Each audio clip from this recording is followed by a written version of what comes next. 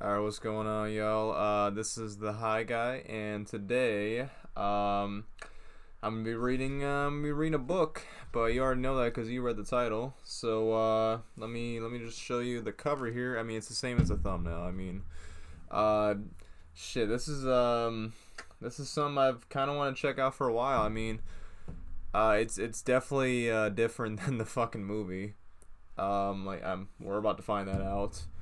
There's so many characters in here that aren't actually in the movie. Like, some stuff goes in a different direction. Like, this is a little bit darker interpretation of the actual movie.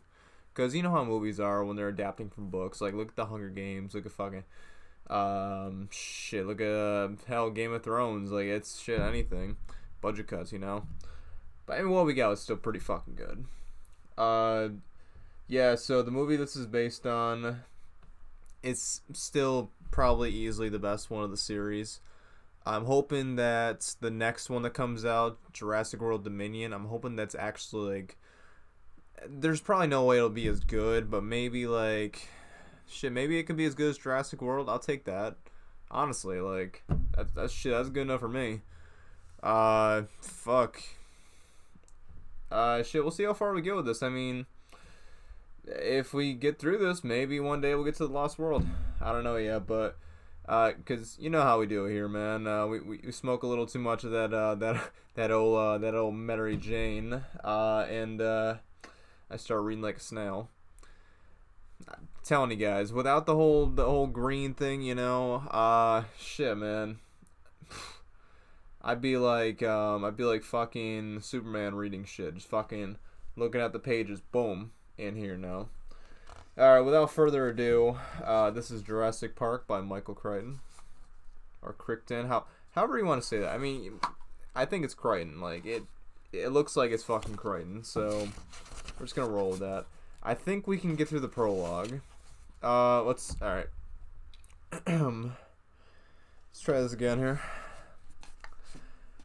The late 20th century. Introduction. The engine incident. So I think this is where the fucking the raptor actually takes out that one guard very early in the movie. You know, the whole shooter. Yeah, I think this is where that takes place. So let's get into this now. The late 20th century has witnessed a scientific gold rush of astonishing proportions. The headlong and furious haste to commercialize genetic engineering. This enterprise has proceeded so rapidly, with so little outside commentary, that its dimensions and implications are hardly understood at all.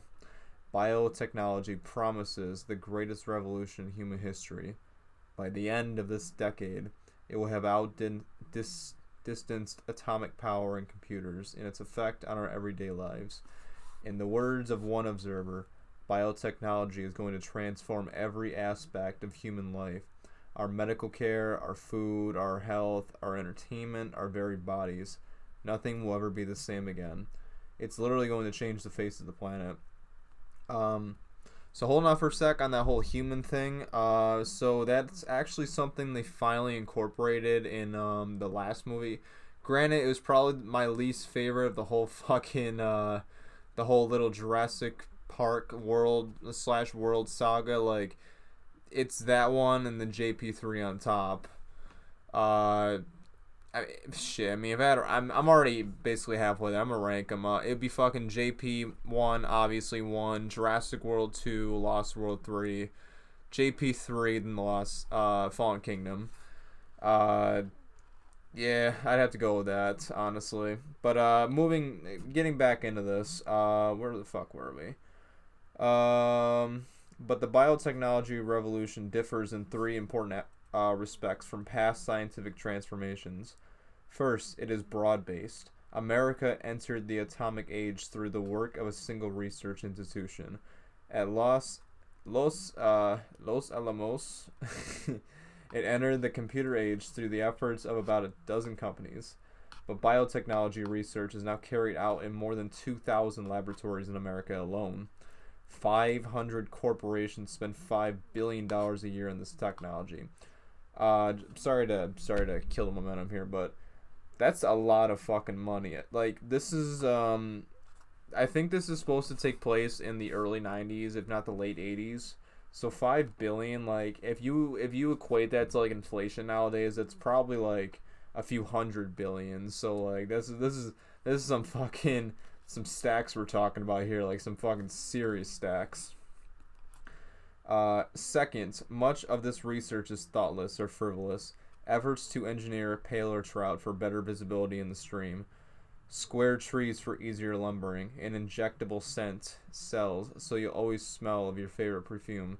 It may seem like a joke, but they are not. Indeed, the fact that biotechnology can be applied to the industries traditionally subject to the Vajaris. Bro, it's the same shit with the Game of Thrones book. Like, these fucking weird ass words. Like, just chill with that shit, man. Like, you ain't gotta be so fucking out there with your words. Vajaris of fashion, such as cosmetics and leisure activities, heightens concern about the whimsical use of this powerful new technology. Third, the work is uncontrolled. No one supervises it. No federal laws regulate it. There is no coherent government policy in America or anywhere else in the world. And because the product of biotechnology range from drugs to farm crops to artificial snow, an intelligent policy is difficult. But most disturbing is the fact that no watchdogs are found among scientists themselves. It is remarkable that nearly every scientist in genetics research is also engaged in the commerce of biotechnology. There are no detached observers. Everyone has a stake. The commercialization of molecular biology is the most stunning ethical event in the history of science, and it has happened with astonishing speed. For 400 years, that's a tongue twister.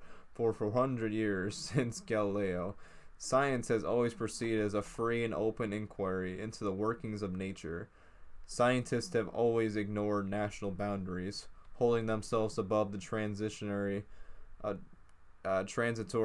concerns of politics and even wars. Scientists have always rebelled against secrecy and research.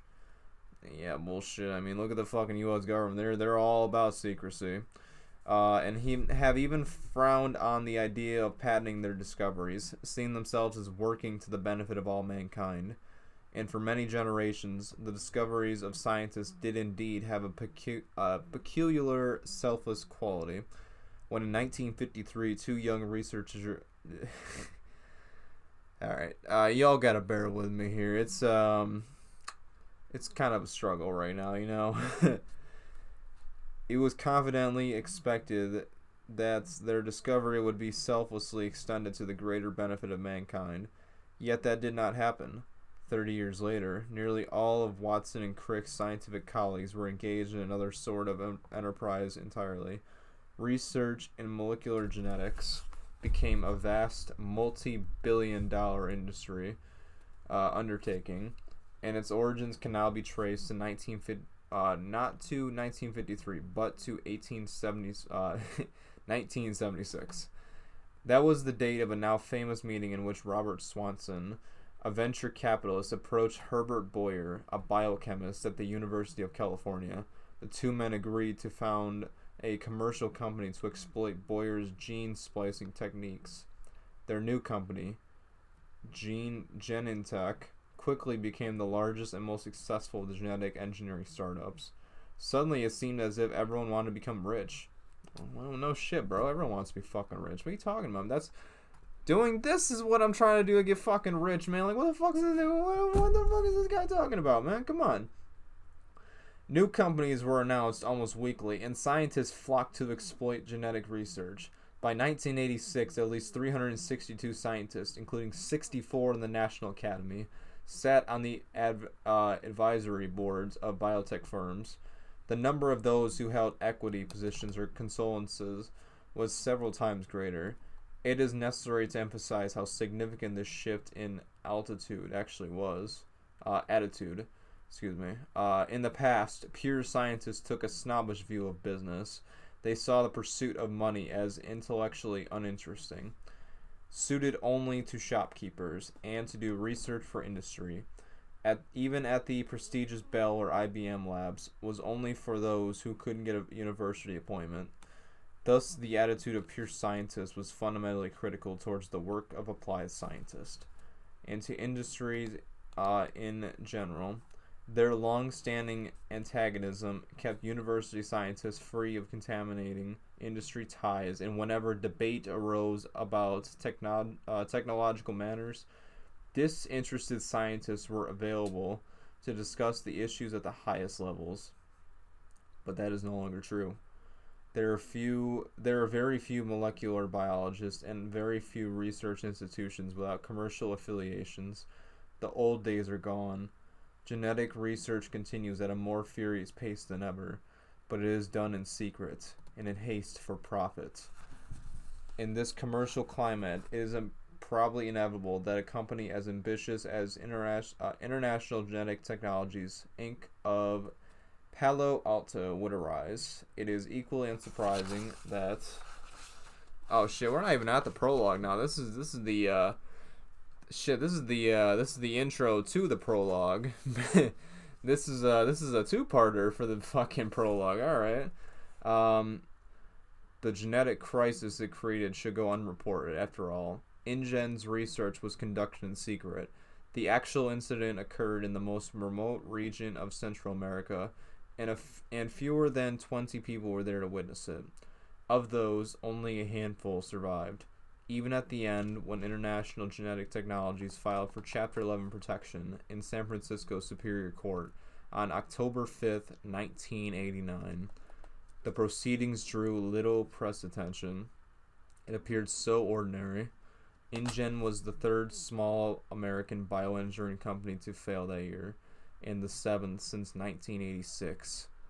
Few court documents were made public since the creditors were Japanese investment consortia, whatever the fuck that means, such as Hamaguri and Densaka companies, which traditionally shun publicity to avoid unnecessary disclosure.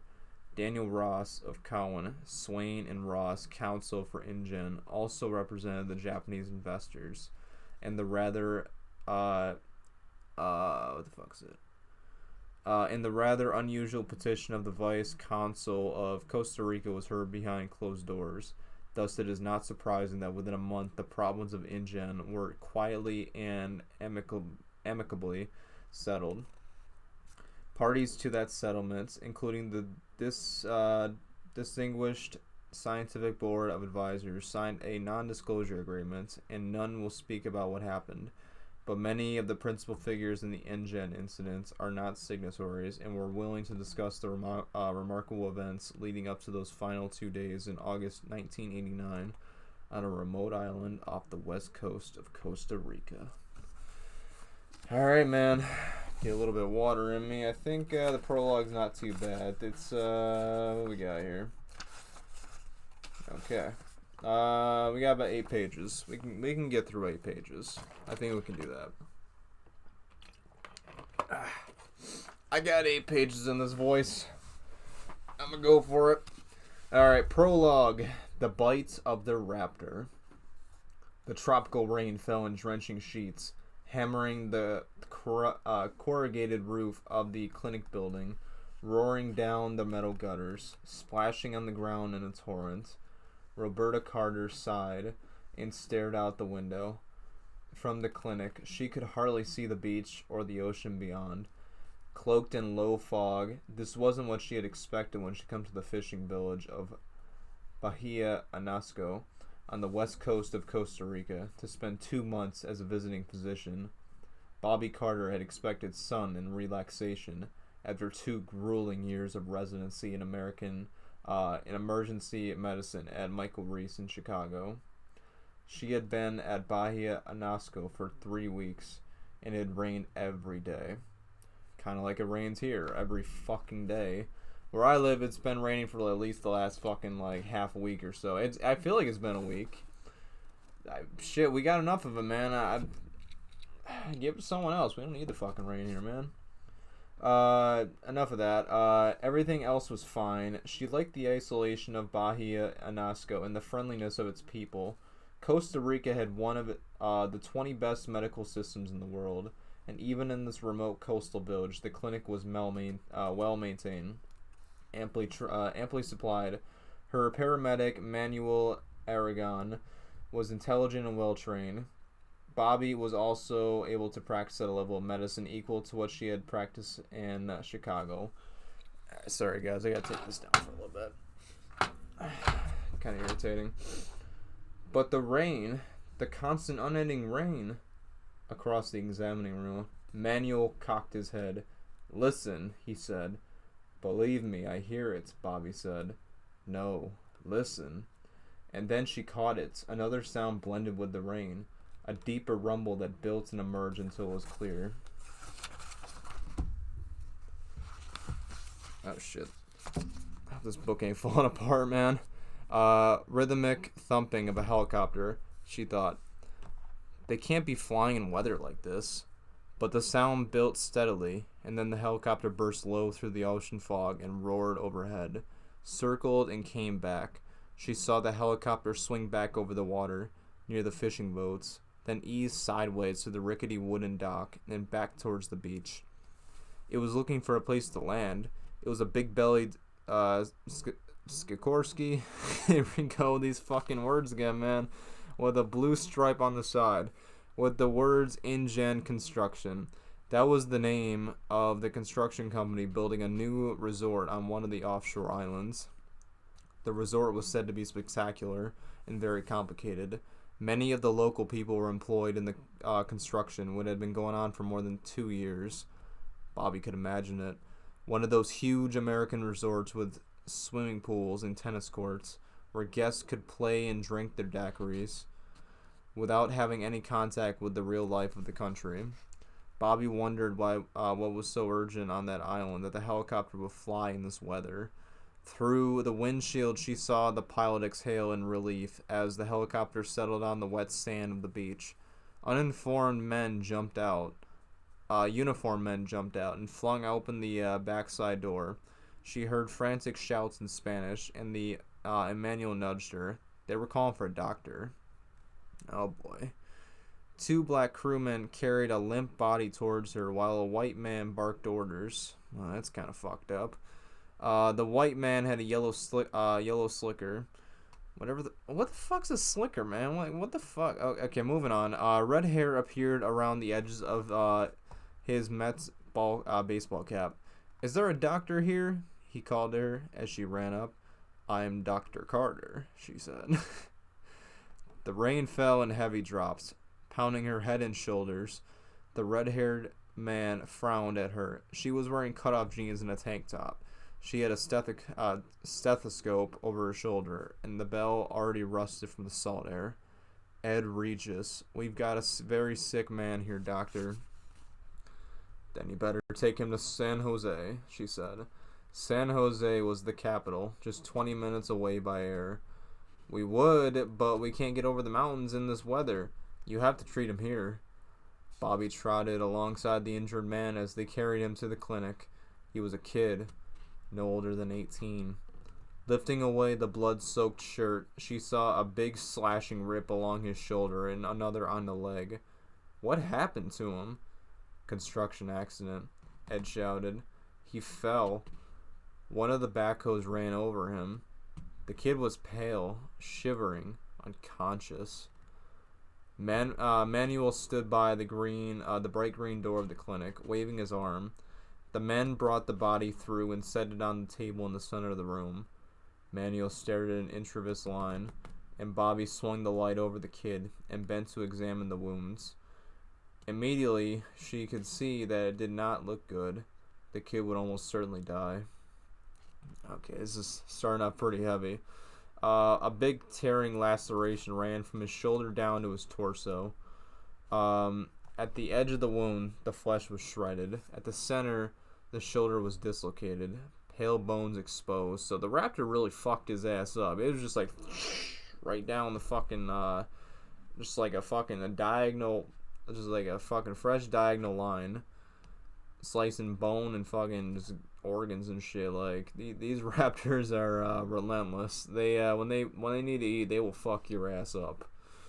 Thankfully, ain't got no raptors nowadays. They might look cool in the movie, but like it's like with the dragons, man. Like, yeah, we don't. They're gonna be a problem in the world. I'm just gonna say it. They're gonna be a fucking problem. Um.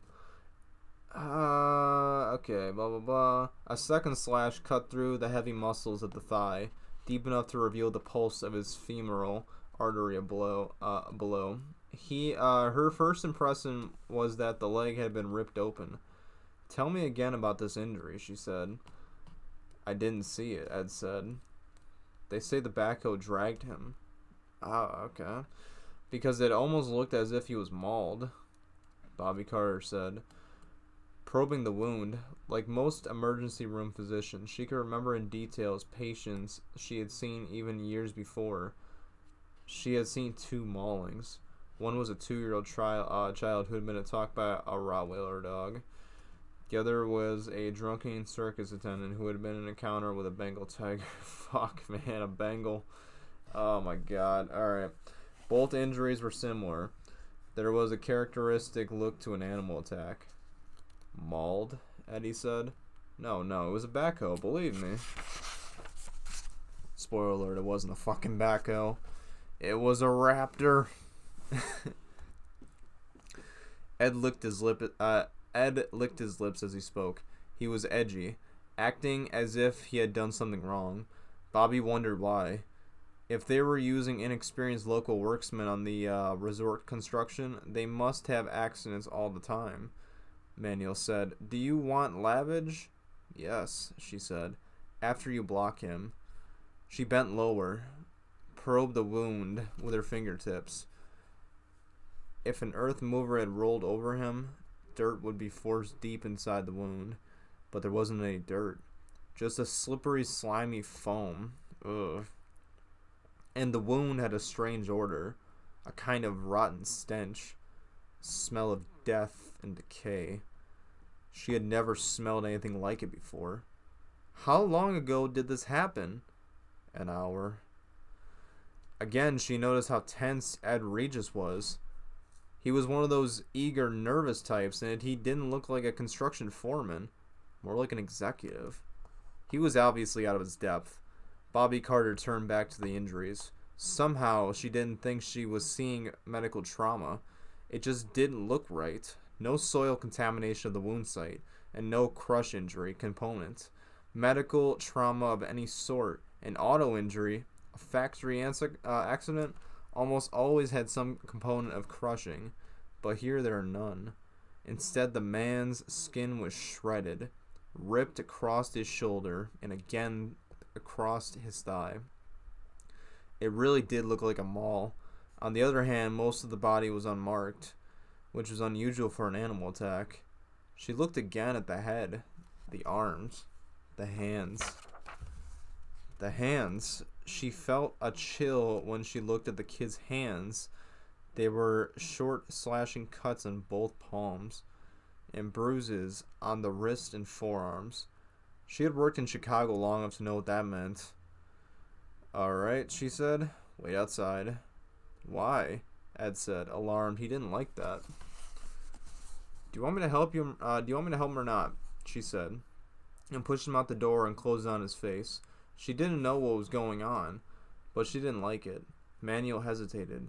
I continue to wash? Yes, she said. She reached for her little Olympus point and shoot. She took several snapshots of the injury, shifting her light for a better view. It really did look like bites, she thought. Then the kid groaned, and she put her camera aside and bent toward him. His lips moved, his tongue thick. Raptor, he said. Losa, raptor. At those words, Manuel froze, stepped back in horror. What does it mean? Manuel shook his head. I do not know, doctor. Losa raptor? No es español? No? It sounded to her like Spanish. Then please continue to wash him. No, doctor. He wrinkled his nose. Bad smell. And he crossed himself. Bobby looked again at the slippery foam streak across the wound. She touched it, rubbing it between her fingers. It seemed almost like saliva. The injured boy's lips moved. Raptor, he whispered in a tone of horror. Manuel said it bit him. What bit him? Raptor. What's a raptor? It means Hupia. Bobby frowned. The Costa Ricans were not especially superstitious, but she had heard of the Hupia mentioned in the village before. They were said to be night ghosts, faceless vampires who kidnap small children, according to the belief. The Hupia had once lived in the mountains of Costa Rica, but now inhabited the islands offshore. Manuel was backing away, murmuring, crossing himself. It is not normal, this smell, he said. It is the Hupia. Can we stop with the Hupia? Like, come on. It's the Hupia, the Hupia. It sounds fucking dumb either way. Alright, Bobby was about to order him back to work when the injured youth opened his eyes and sat straight up on the table. Manuel shrieked in terror.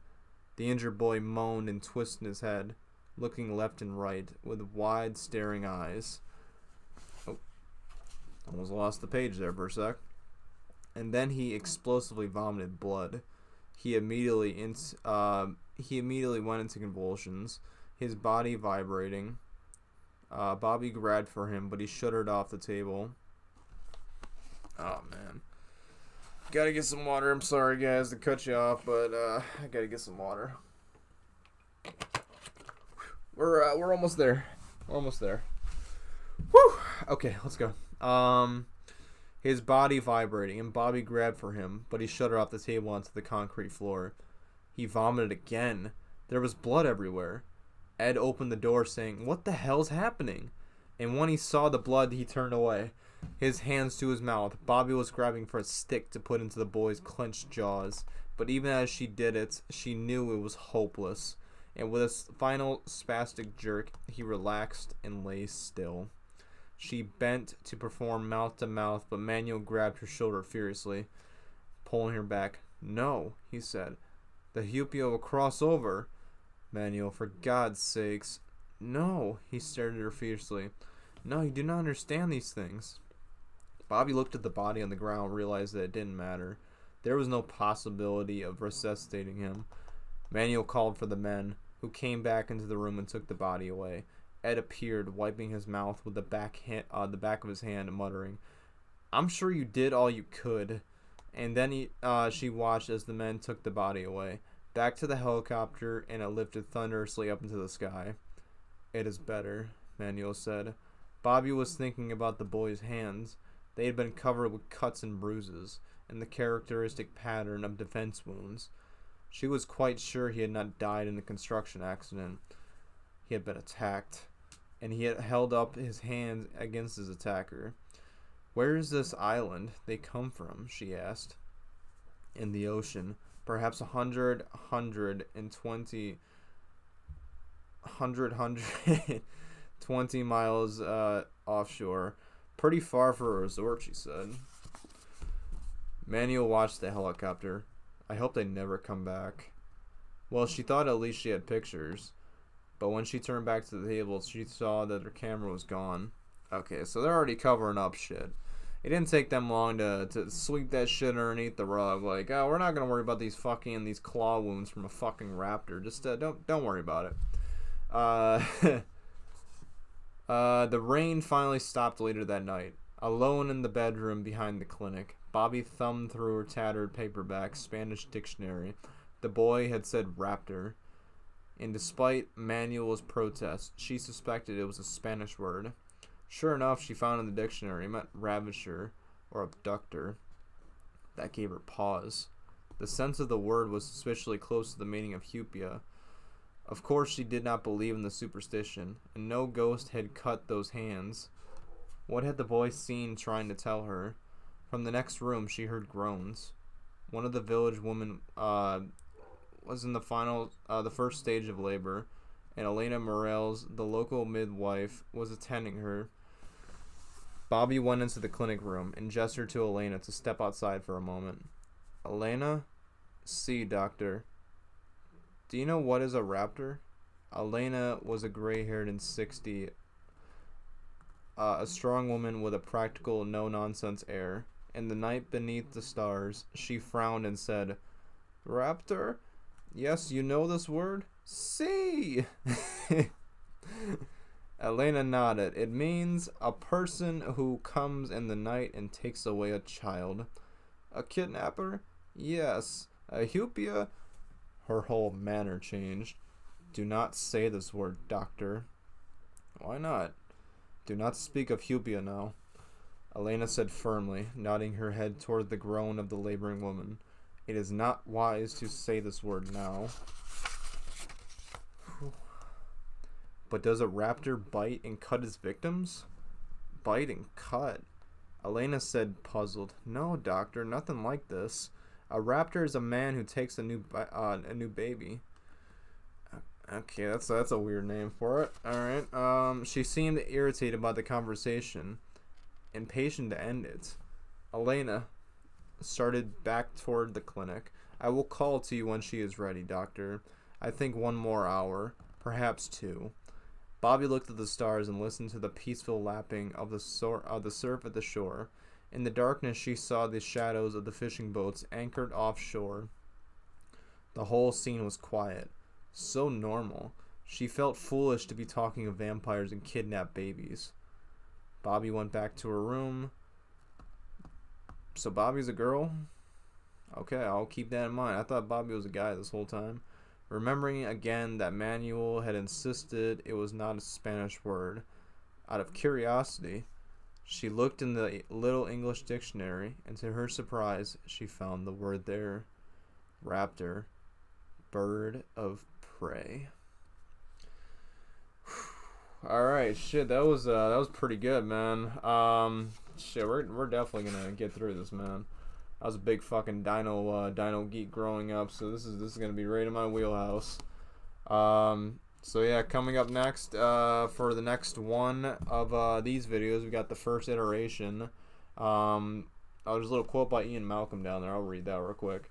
"At the earliest drawings of the fractal curve, few clues to the underlying mathematical structure will be seen." Interesting.